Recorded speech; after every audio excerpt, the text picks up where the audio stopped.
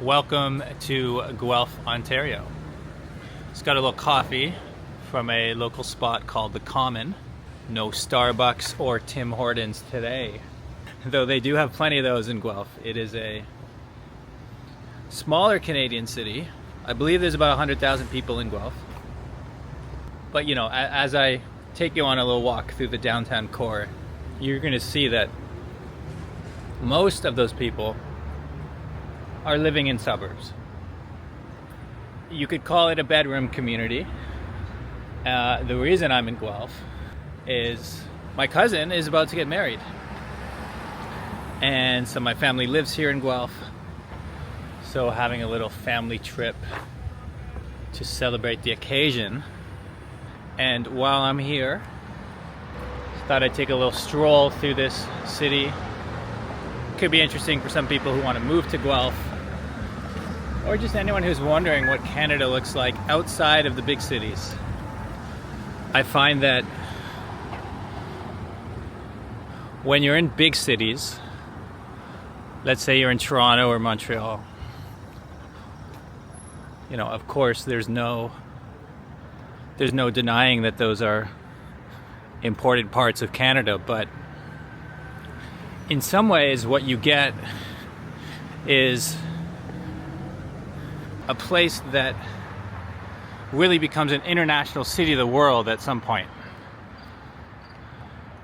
You could say the same about London or Paris or New York City as we look at this beautiful church which overhangs Guelph.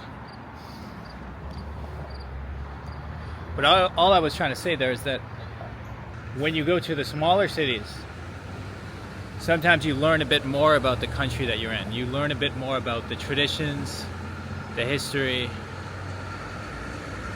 You get to see what the culture used to be like. As we look down McDonald Street, I believe this might be the main street in Guelph. It's certainly one of the main streets. I'll take you on a walk up there in a moment. Talking about the history, you can see some really old buildings. Nice old stone buildings, like the one in front of me, the Albion Hotel, I think it says. Oh my god. Did you see that? Oh. I just spilled hot coffee all over my hand. Oh my god.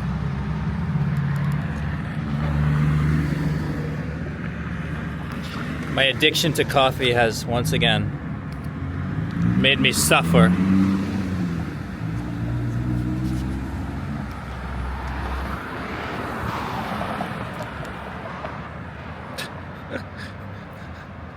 A woman who just passed gave me a look like, what is this crazy guy doing? Spilling coffee on our beautiful church steps. I'm sorry. Oh yeah, I was talking about when I traveled to Colombia. I spent most of my time in Bogota and Medellin, which are two bigger cities. And they're cool. There's a lot to do as a tourist in those places. Just like there's a lot to do as a tourist in Toronto and Montreal. But it was only when I got out of the big city and I went to a smaller city. Oh, the name is escaping me, but it was a smaller city by the lake. Guatape, that was the name. Guatape. And when I went to Guatape, I realized that there were some traditions that the Colombians did, some types of food that I'd never seen before, some ways of living, some styles of architecture that maybe used to be in the big cities, but they'd torn them all down for more modern skyscrapers.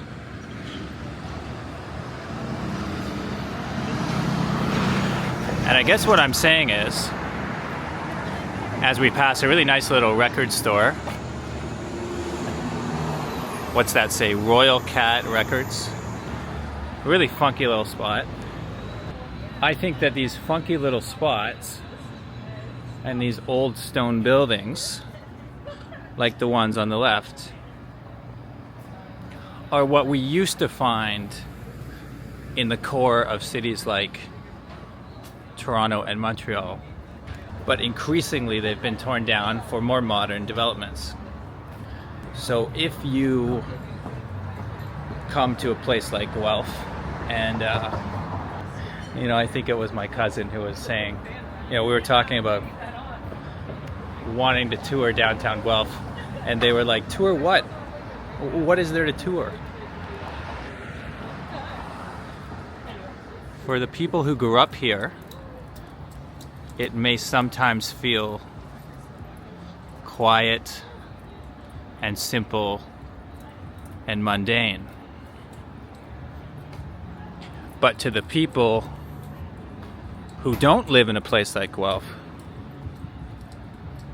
you might just walk down the street and think, isn't that cool? I mean, first of all, look at the roof on this guy.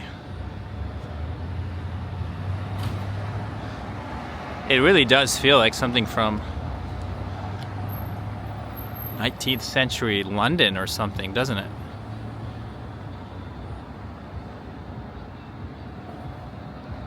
And today it's apartments for students. No, I don't know what it is. It could be. There is a university in Guelph called the University of Guelph. And I think that's part of the reason we have so many funky looking restaurants and bars. I gotta give a quick shout out to my cousin Benjamin. Ben took me drinking with his hockey buddies many years ago actually, in Guelph. And I swear I had never been so hungover in my life as the next morning. It was a problem. And all that to say that don't think that people can't drink in small town Ontario, or you will be quickly disproven. Anyway, interesting street here too. Look at this row of restaurants. La Cucina, Pablo's, Harmony, Score Pizza, The Patch, Pony Boy, Wimpy's Diner, that's funny. Not a brand name in sight. There's plenty of the London Drugs and McDonald's in the suburbs of Guelph. But it's nice to see that here in the core, they've preserved a nice number of local restaurants and businesses. And prices are not too bad either. Did you see that was a burger? I think a burger and mash special for only $10.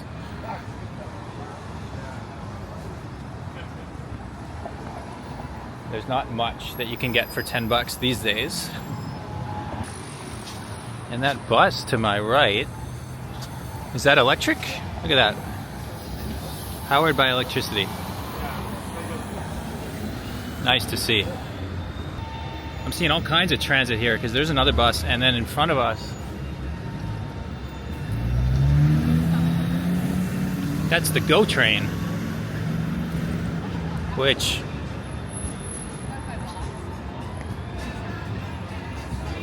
might actually be the train to Toronto, or maybe it goes to Hamilton. I don't know. I don't know much about the GO trains, but it's nice to see just how walkable this core of the city is.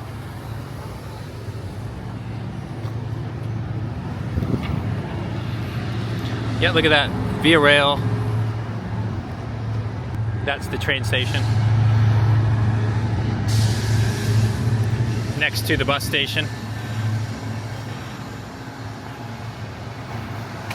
Everything's really calm. You can see behind me parking spaces right across from the train station. I mean,